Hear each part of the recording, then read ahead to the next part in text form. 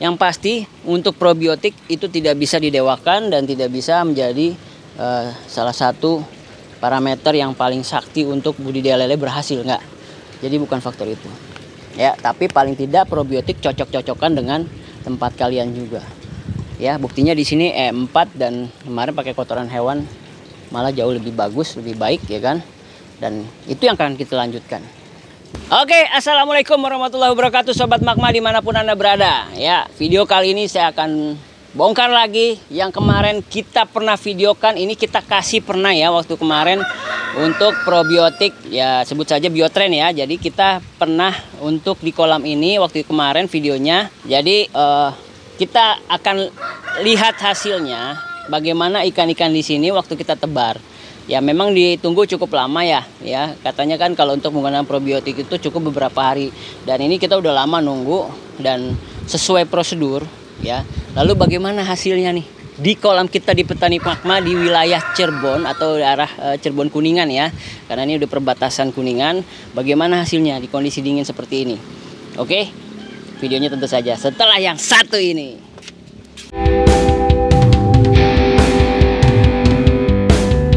Petani rakyat, Petani Magma. Oke sobat Magma, jadi waktu awal kemarin kita tebar untuk probiotik ini di kolam 5 ya. Jadi ini kolam 5 saya udah tebar waktu itu sesuai dengan SOP-nya. Jadi ketika hari pertama tidak ada masalah, di hari kedua masih nggak ada masalah, dan hari ketiga dan seterusnya ternyata banyak yang kena penyakit ya. Nah penyakitnya tuh seperti halnya penyakit kuning dan juga penyakit yang lainnya. Jadi jamur juga ada gitu ya. Jadi artinya apa? Kita bisa mengambil kesimpulan. Jadi saya bukan menjelekan probiotik ini, tapi saya bilang begini. Probiotik itu hanya untuk alat ya, untuk membantu kita sebagai petani ya. Mau probiotik atau apapun itu sebutannya untuk bakteri baik, itu hanya sekedar untuk membantu untuk merekayasa air di kolam kita ya. Jadi kesimpulannya, kalau misalkan kita menggunakan probiotik, maka yang harus diperhatikan adalah perawatannya. Perawatan dari airnya, bukan dari karena kita menggunakan probiotik itu. Probiotik semua sama ya, baik yang masalah yang kita aplikasikan ke sini semua itu katanya 9 bakteri atau lebih ya, tapi ternyata di kolam kita tidak cocok. Nah ini yang pertama yang menjadikan ini jadi kendala waktu kita tebar. Akhirnya banyak yang kematian, ini bisa ratusan ya, kita bilang ratusan kematian ketika hari ketiga. Itu permasalahan adalah iklim, cuaca. Nah ini yang poin penting adalah di iklim cuaca ataupun kondisi air ya, itu belum tentu bisa kawin ya dengan probiotik yang kalian gunakan ya, terutama airnya mungkin dan juga iklim. Nah jadi selain cuaca dan iklim, itu yang kedua adalah air. Nah itu yang menentukan bagaimana habitat di dalam kolam kita ya, baik menurut si ikan lele kita nih.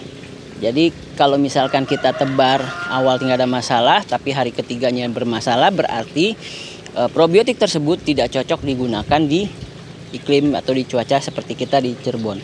Seperti yang kalian lihat, banyak kematian, banyak yang gantung, banyak yang udah kurang sehat ya. Ini faktor dari bakteri jamur ya, dari pH air, suhu air ya.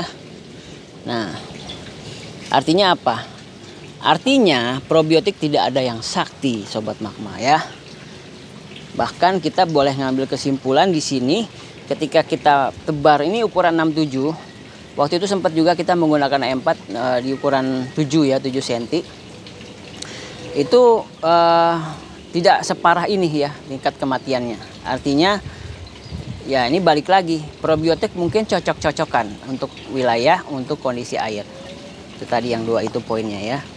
Jadi untuk masalah penyakit serangan baik dari masalah pH dan suhu air itu cara penanganannya saja ya kan. Cuman kan kita tidak bisa penanganan dalam waktu singkat ya, dalam arti kita hari ketiga itu, hari pertama kedua nggak ada masalah, hari ketiga bermasalah.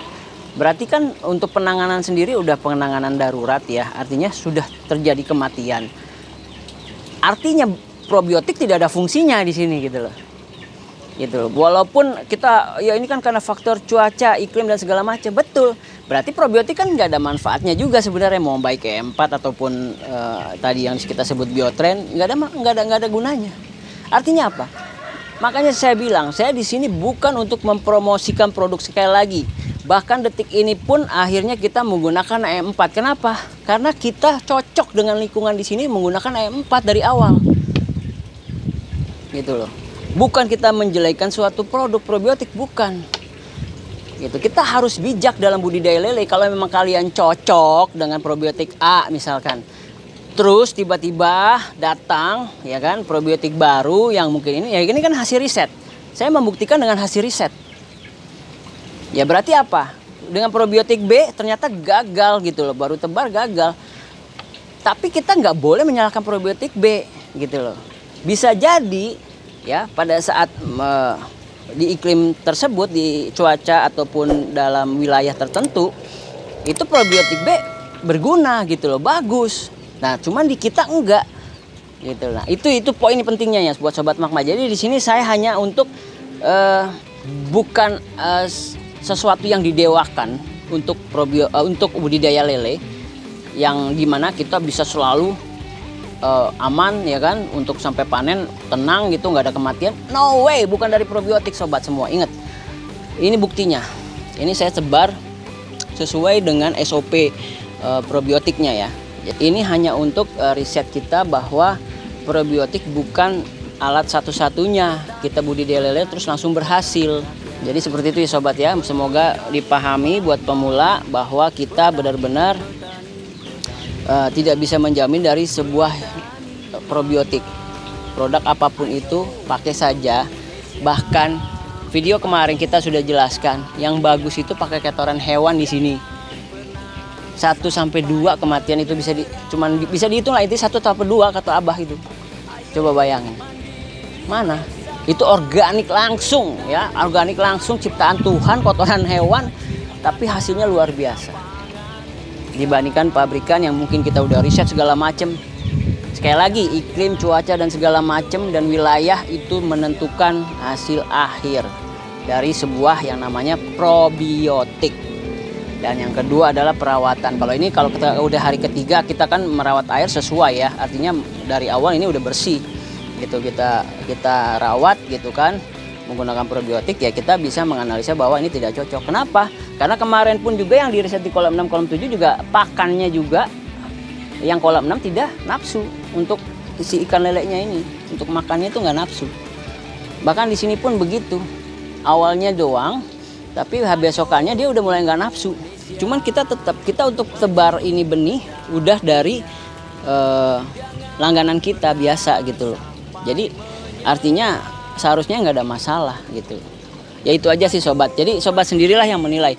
Yang pasti untuk probiotik itu tidak bisa didewakan dan tidak bisa menjadi salah satu parameter yang paling sakti untuk budidaya lele berhasil, nggak. Jadi bukan faktor itu. Ya, tapi paling tidak probiotik cocok-cocokan dengan tempat kalian juga. Ya, buktinya di sini E4 dan kemarin pakai kotoran hewan malah jauh lebih bagus, lebih baik ya kan. Dan itu yang akan kita lanjutkan. Jadi kalau kalian tanya saya pakai Biotren, tidak. Saya menggunakan E4. Bahkan kita akan menggunakan kotoran hewan sebagai probiotik alami, organik gitu ya. Jadi bukan kotor sebenarnya, itu organik. Ya, oke, gitu aja sobat Magma. Salam hangat dari petani Magma di Cirebon. Ya, sekali lagi kalau ada salah-salah kata saya berkata seperti ini, saya mohon maaf. Tidak ada yang dirugikan. Semua probiotik bagus, saya bilang ya. Tinggal kalian sendiri yang menilai sendiri di kolam kalian cocok yang mana. Oke, salam hangat. Wassalamualaikum warahmatullahi wabarakatuh. Ayo mandiri bersama petani Magma, kita ciptakan lapangan usaha.